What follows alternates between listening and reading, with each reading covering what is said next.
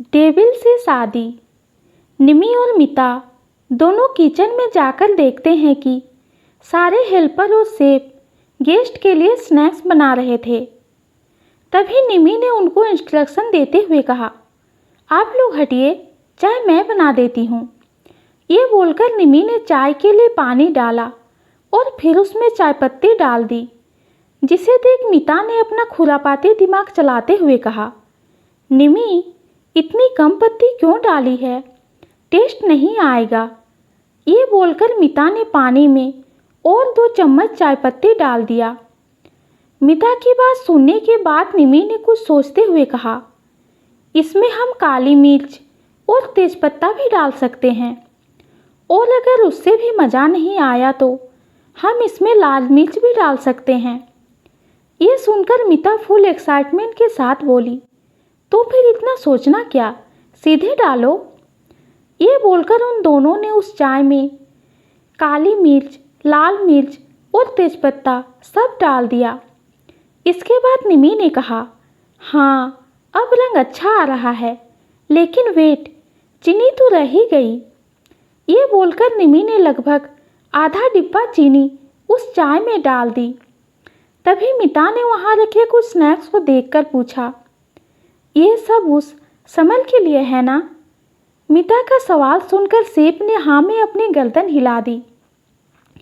तभी मिता ने उस स्नैक्स में भी लाल मिर्च डाल दी। ये देख निमी ने मिता से पूछा, यार मिता, ये कुछ ज़्यादा तो नहीं हो गया ना? इस पर मिता मुंह टेढ़ा करते हुए बोली, उस लंगूर के साथ बिल्कुल भी नहीं। देखा नहीं तूने, वो कैसे चने के झाड़ पर चढ़ा हुआ है, उसे वहाँ से उतारना जरूरी है। तो निमी बोली, अगर अंकल ने भी ये चाय पी ली तो हम क्या करेंगे? मिता बोली, अरे कोई भी ये चाय नहीं पिएगा, क्योंकि मैंने मेड को समझा दिया है कि वो सिर्फ उस लंगूर को ही ये सर्व करेगी। ये सुनकर निमी कुछ नहीं बोली। उसके बाद वो दोनों बाहर चले गए, जैसे कुछ हुआ ही नहीं। समर की नज़र जैसे ही निमी पर पड़ी, वो उसे देखते ही रह गया। उसने अपने आप में ही कहा, ब्यूटीफुल। तभी काव्या निमी को सभी से मिलवाते हुए बोली, ये निमी है, अंश की वाइफ और इस घर की बहू। जैसे ही समर ने यह सुना, वो खांसने लगा और फिर उसने हकलाते हुए पूछा, व्हाट, शी इज मैरिड? मिता जवाब देते हुए बोली, लगता नहीं है ना, पर यह मैरिड है और इनके हस्बैंड का नाम अंश मित्तल। समर ने क्रॉस क्वेश्चन करते हुए कहा, लेकिन न्यूज में तो ऐसी कोई खबर नहीं आई थी। तो राघव जी ने जवाब दिया, वो इसलिए क्योंकि अभी हम इस शादी को एक्सपोज नहीं करना चाहते। ये सुनकर समर बुरे स्वर में बोला, आई थिंक आपको इस शादी के बारे में बता देना चाहिए, और अगर नहीं बताते तो एटलीस्ट इतना तो कीजिए कि लोगों को ये तो पता चल सके कि निमी मैरिड है। इसके आगे की बात समर अपने मन में बोला, जिससे लोगों का दिल ना टूटे। समर की ये हालत देख मिता निमी के कान में बोली, कॉन्ग्रेचुलेशंस, आज तेरी वजह से एक और लड़के का दिल टूट गया। ये सुन निमी ने मिता को घूरते हुए कहा, ऐसे कोई बात नहीं है, तुझे हमेशा ही ऐसा क्यों लगता है कि जैसे हर लड़के का दिल मेरी वजह से टूटता है? इस पर मिता बोली, सच में यार, तुझे सुनाई नहीं दिया? उसके दिल टूटने की आवाज़ यहाँ तक आई है, और अब तो मैं ये सोच रही हूँ कि हमने बिना बात के वो चाय बना दी। इसकी शक्ल पर तो 12 बजाने के लिए यही काफ़ी था। निमी ने मिता को चुप कराते हुए कहा, चुप कर तू, अपने दिमाग के घोड़े को ऐसे बेलगाम मत छोड़ा कर। ये सुन निमी हंसी रोककर चुपचाप खड़ी हो गई और आगे कुछ नहीं बोली। तभी मेड सबके लिए चाय और स्नैक्स लेकर आई और उसने समर को निमी और मिता की बनाई हुई चाय दे दी। सभी बातें कर रहे थे। तभी समर ने चाय का एक सिप लिया और चाय पीते ही उसका मन उस चाय को थूकने का हुआ। लेकिन जब उसने अपने चारों तरफ देखा तो सभी नॉर्मल चाय पी रहे थे।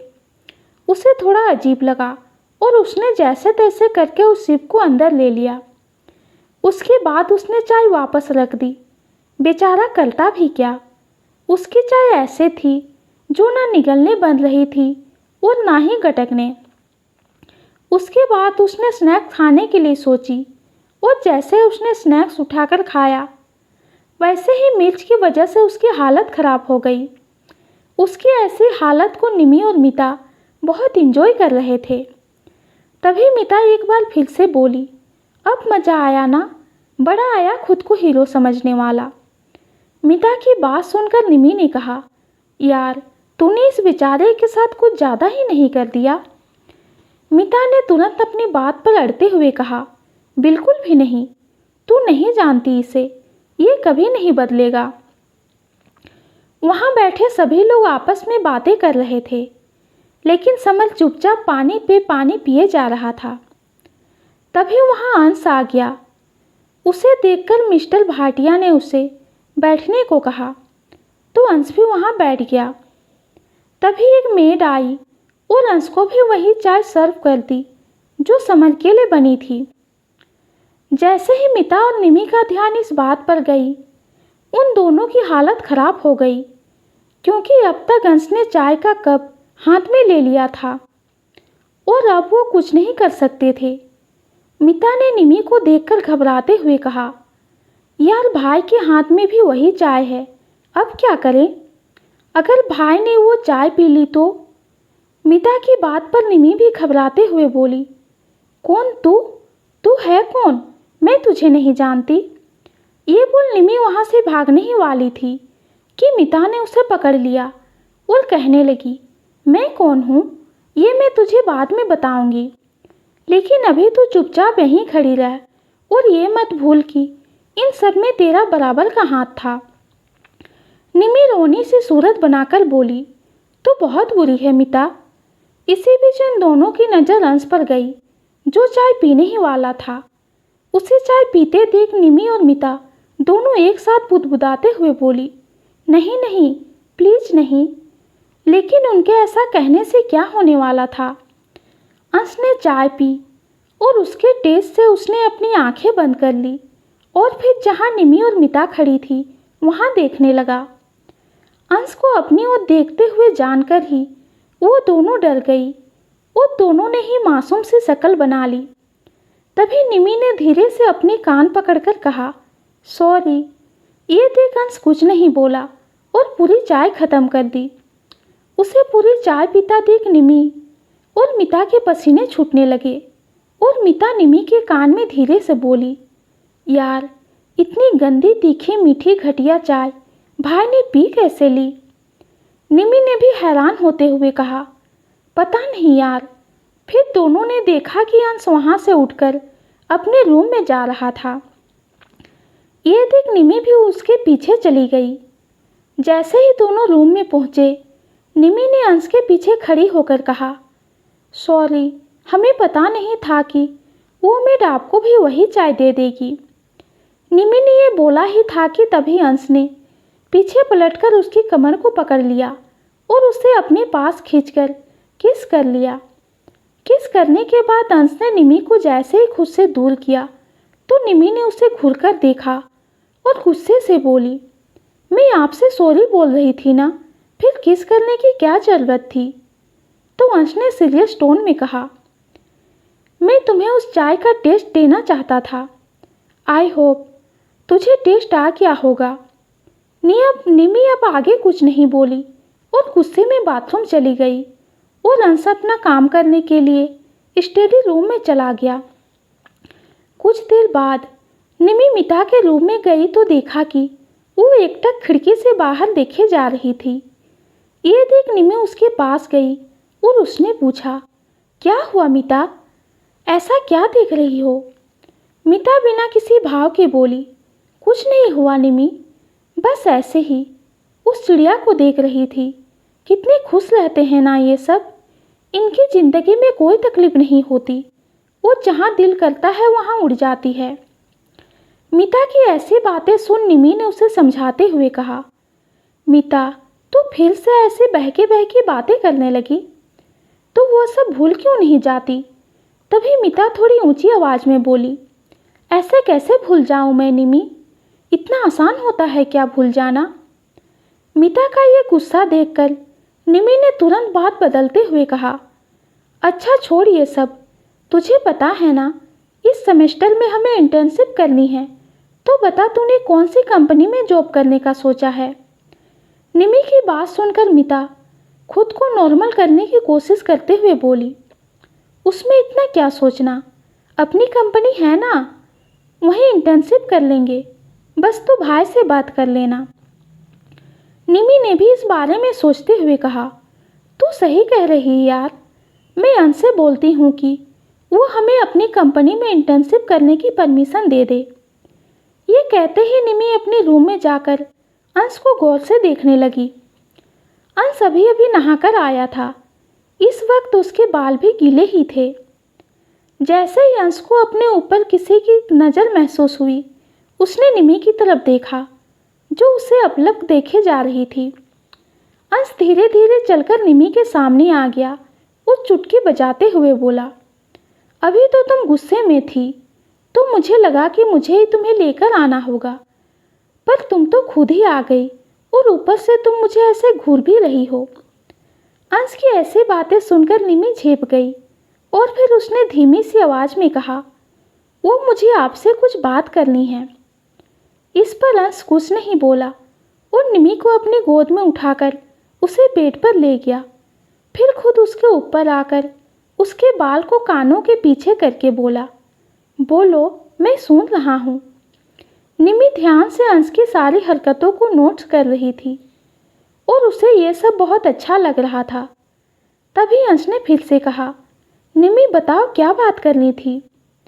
अंश की आवाज़ सुनकर निमी को होश आया और वो एक ही सांस में बोली, वो मुझे और मिता को आपकी कंपनी में इंटर्नशिप करना था। ये सुन अंश ने नॉर्मल वे में कहा, तो इसमें मुझसे बताने वाली क्या बात है? अप्लाई कर दो, फिर इंटरव्यू के लिए कॉल आएगा तो इंटरव्यू दे देना। ये सुन निमी अंश को अपने ऊपर से हटाते हुए बैठ गई और उसे घूरते हुए बोली, वो तो आपकी कंपनी है ना, फिर उसमें हम क्यों इंटरव्यू दें? अंश ने स्ट्रीक होते हुए जवाब दिया, मेरी कंपनी है तो क्या हो गया? तुझे पता है उस कंपनी में ना जाने कितने स्टूडेंट अप्लाई करते हैं, और अगर मैंने तुम्हें बिना किसी स्ट्रगल के आने दिया तो तुम दोनों कुछ सीख नहीं पाओगी, और उन स्टूडेंट के साथ भी गलत होगा जो इतनी मेहनत करते हैं। निमी मुंह टेढ़ा करते हुए बोली, इसका मतलब आप कंपनी के अंदर भी हमारी कोई हेल्प नहीं करने वाले? अंश ने फिर से सीरियस होकर जवाब दिया, बिल्कुल भी नहीं, कंपनी में मैं बॉस हूँ और तुम दोनों कंपनी के इंटर्न, इसलिए हमारा रिश्ता बस बॉस और एम्प्लॉयज़ का होगा, तो तुम मुझसे किसी तरह की उम्मीद मत रखना। अंश की बात सुनने के बाद निमी का मुंह बन गया और उसने अपना सिर नीचे कर लिया। ये देख अंश ने निमी को अपने पास खींचा और उसके माथे को चूमते हुए दोनों सो गए। फिर थोड़ी देर के बाद अंश निमी से बोला, निमी अगर अभी कंपटीशन फेस नहीं करोगी तो आगे कैसे बढ़ोगी? निमी ने कहा, पर आप हेल्प भी तो कर सकते हैं ना। अंश ने फिर से समझाते हुए कहा, हाँ तो मैं हेल्प करूँगा ना, लेकिन सिर्फ घर में। तुम्हें जो हेल्प चाहिए मैं कर दूँगा, लेकिन ऑफिस में नहीं करूँगा। ये सुन निमी ने सवाल करते हुए कहा, ऐसा क्यों? अंश ने निमी को समझाने की कोशिश करते हुए कहा, क्योंकि मैं वहाँ का बॉस हूँ, और भला कौन सा बॉस सीधे सीधे अपने इंटर्न की हेल्प करता है? तो निमी बोली, आप सच में डेविल हो। निमी की बात पर अंश ने मुस्कुराते हुए कहा, जो समझना है समझो, लेकिन अब तो तुझे मेरे साथ ही रहना है, इसलिए इतना मत सोचो और चुपचाप से सो जाओ। ये बोलकर अंश निमी के सिर को सहलाने लगा और कुछ देर में दोनों सो गए। सुबह का वक्त निमी ने मिता को सारी बातें बता दी तो मिता तिरछी स्माइल के साथ बोली, मुझे लगा ही था कि भाई ऐसा ही कुछ बोलेंगे। फिर मिता ने थोड़ा रुककर आगे कहा, तो अब क्या करना है? अप्लाई करते हैं, और वैसे भी मेरा चांस तो है सिलेक्ट होने का, क्योंकि ऑफिस में सबको पता है कि मैं अंश मित्तल की बहन हूँ, पर मुझे तेरा डाउट है। मीता की इस बात पर निमी ने चिढ़ते हुए कहा, चुप रह, मैं भी अपने दम पर सिलेक्ट हो जाऊंगी। मीता निमी का मजाक उड़ाते हुए बोली, अच्छा जी, पर ये तो बताइए कैसे? वहाँ इंटरव्यू में क्वेश्चन पूछा जाएगा, ना कि स्पोर्ट्स खेलने के कहेंगे। निमी ने फुल एटीट्यूड के साथ कहा, अगर उन्होंने मुझे सिलेक्ट नहीं किया तो मैं उनका सिर फोड़ दूंगी। आफ्टर ऑल मैं उनकी लेडी बॉस हूँ।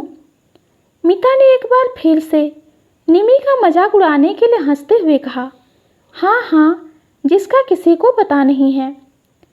मीता के ये बोलते ही निमी ने गुस्से में जवाब दिया, मीता की बच्ची, अब चुप हो जा और ज़्यादा उछल मत, क्योंकि अंश ने मुझे साफ साफ कहा है कि वो ऑफिस में हमारी कोई हेल्प नहीं करेंगे और ना ही कोई स्पेशल ट्रीटमेंट देने वाले हैं। यूं ही बातें करते हुए मीता और निमी दोनों अपने कॉलेज चली गई और दोनों अपने क्लासेस अटेंड करने लगी। उसके बाद दोनों कैंटीन में चली गई। कैंटीन में जाते ही उन्होंने देखा कि एक टेबल के पास बहुत भीड़ थी और वहाँ पर ज़्यादातर लड़कियाँ ही खड़ी थी। मीता ने एक लड़की को पकड़कर उससे पूछा, ये वहाँ पर इतनी भीड़ क्यों है? वो लड़की ने जवाब दिया, तुझे नहीं पता, हमारे कॉलेज में रॉक स्टार रियान मेहरा ने एडमिशन लिया। ये बोलकर वो लड़की भी उसी तरफ चली गई। तभी निमी मीता से बोली, रॉक स्टार रियान मेहरा, ये कौन है? मीता ने बेसिक डिटेल बताते हुए कहा, अभी कुछ टाइम पहले ही वो फेमस हुआ है। लड़कियों को वो बहुत अच्छा लगता है, इसलिए वो लड़कियों के बीच ज़्यादा फेमस है। इस पर निमी ने कहा, चल फिर चलकर देखते हैं। मीता ने निमी को टोकते हुए कहा, तू क्या करेगी उसे देखकर? तू मैरिड है, ये भूल गई क्या? निमी चिढ़कर बोली, शट अप, मैं तो बस ऐसे ही देखना चाहती हूँ। मीता ने मना करते हुए कहा, अरे यार, तू रहने दे, कहीं उसने तुझे देखा वो तेरे पर फिदा हो गया तो इन बेचारी लड़कियों का दिल टूट जाएगा, और जब उसे पता चलेगा कि तू मैरिड है तो उस बेचारे का भी। मीता से ये सुनकर निमी मीता को घूरकर देखते हुए बोली, तू पागल है क्या? तुझे हमेशा ऐसा क्यों लगता है कि जो भी मुझे देखेगा उसे मुझसे प्यार हो जाएगा? मीता ने जवाब दिया, मुझे ऐसा इसलिए लगता है क्योंकि जिसके पीछे अंश मित्तल पागल है, उससे किसी और को प्यार ना हो, ऐसा हो ही नहीं सकता। मीता की बात सुनकर निमी बोली, तू अपने भाई की कुछ ज़्यादा ही तारीफ नहीं करती? तो मीता ने एटीट्यूड दिखाते हुए कहा, हाँ, क्योंकि वो तारीफ के काबिल हैं। मीता और निमी एक टेबल के पास जाकर बैठ गई। उन्होंने रियान की तरफ बिल्कुल भी ध्यान नहीं दिया। तभी रियान की नज़र उनके टेबल पर पड़ी और वो सिर्फ मीता को ही देख रहा था। फिर रियान वहाँ पर खड़ी लड़कियों से बोला, हे गर्ल्स, अब तो मैं यहीं पढ़ने वाला हूँ, तो तुम सब अब जब चाहो मुझसे मिल सकती हो, इसलिए अब तुम सब जाओ और अपनी क्लासेस अटेंड करो। ये सुनकर सारी लड़कियाँ एक एक करके जाने लगी। एक लड़की ने जाते जाते उससे पूछा, आप फिर से हमें यहीं मिलेंगे क्या? रियान ने कहा, हाँ बिल्कुल, मैं यहीं मिलूँगा। जैसे ही सारी लड़कियां चली गई, रियान उठकर सीधा मीता और निमी के टेबल पर आ गया और मीता के बगल वाले चेयर पर बैठते हुए बोला, हाय, आई एम रियान मेहरा, नाम तो सुना ही होगा। मीता कुछ कहती उससे पहले ही निमी ने कहा, नहीं। ये सुनकर रियान ने निमी को घूरकर देखा और बोला, तो तुम्हें अपने जनरल नॉलेज को अपडेट करने की ज़रूरत है। ये सुनकर निमी को गुस्सा आ गया और उसने गुस्से में कहा, ओह हेलो, तुम खुद को समझते क्या हो? रियान बोला, रॉक स्टार। तभी मीता ने कहा, ये हमारी टेबल है, तो तुम यहाँ क्या करने आए हो? रियान ने जवाब दिया, मैं यहाँ तुमसे बात करने आया हूँ। तभी निमी ने कहा, हम तुमसे बात करने में बिल्कुल भी इंटरेस्ट नहीं है।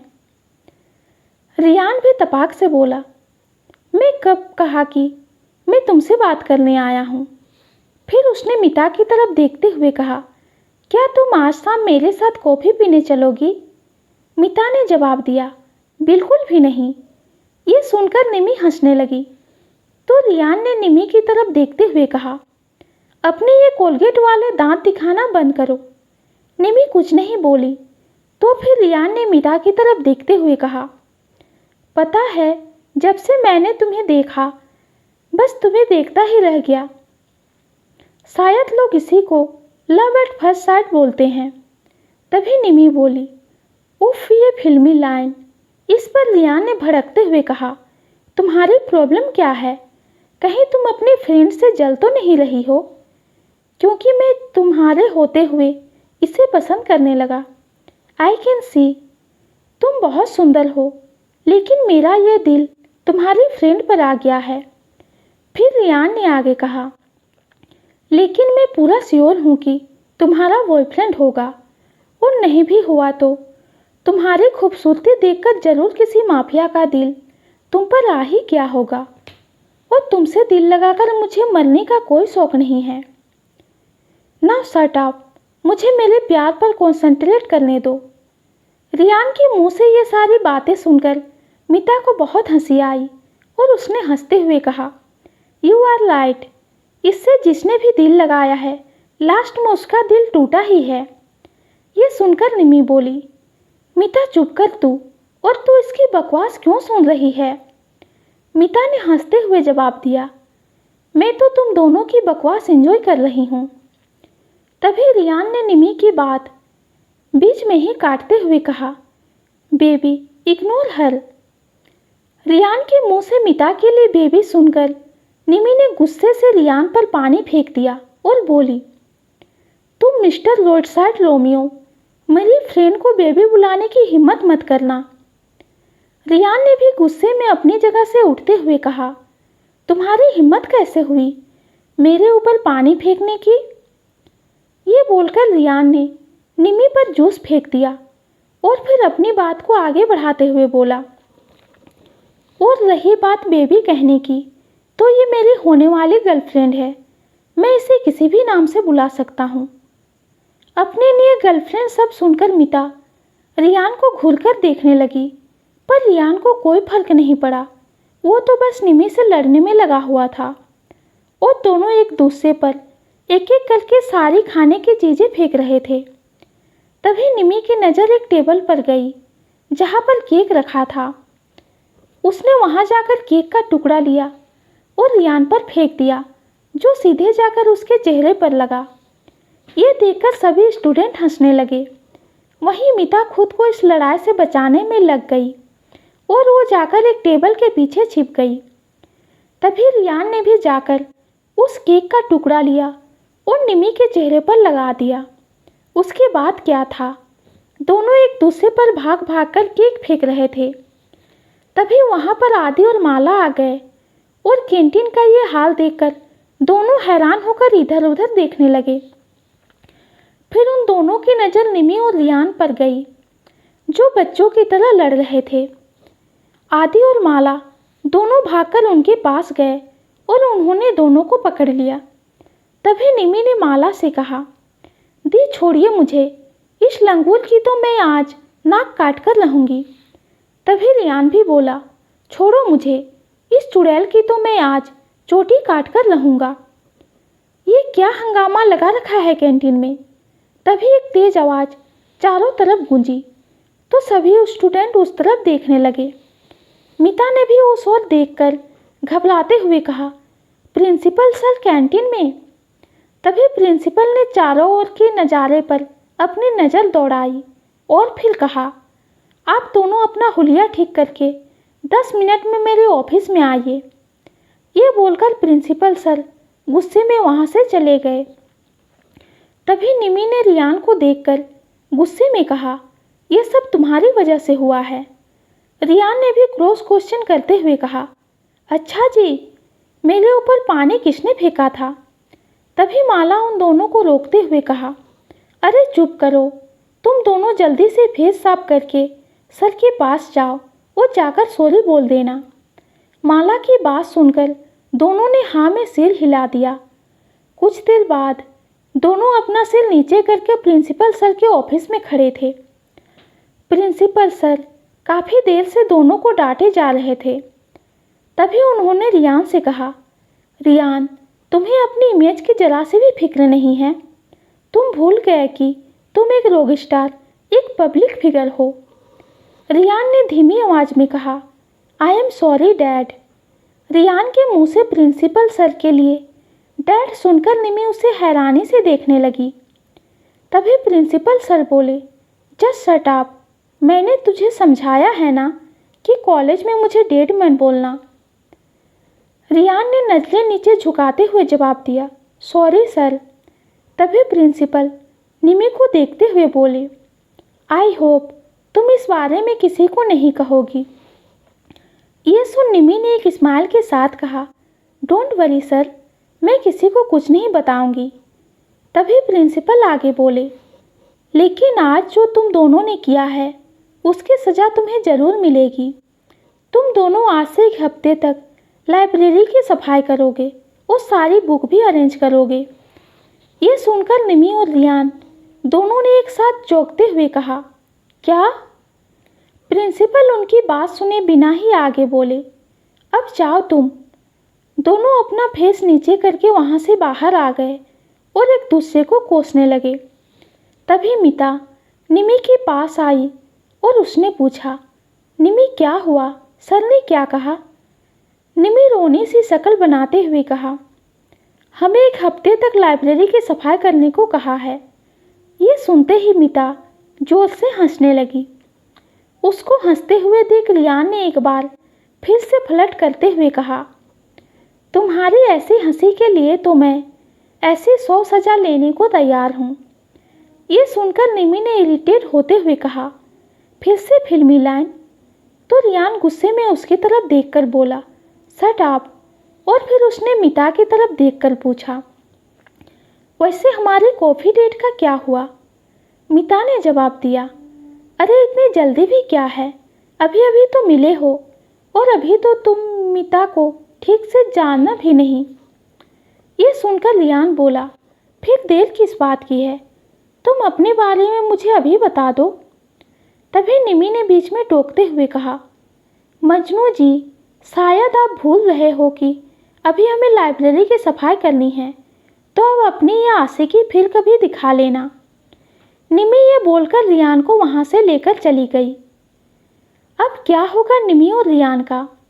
क्या रियान सच में करने लगा है मिता से प्यार? ये जानेंगे हम अगली वीडियो में। धन्यवाद।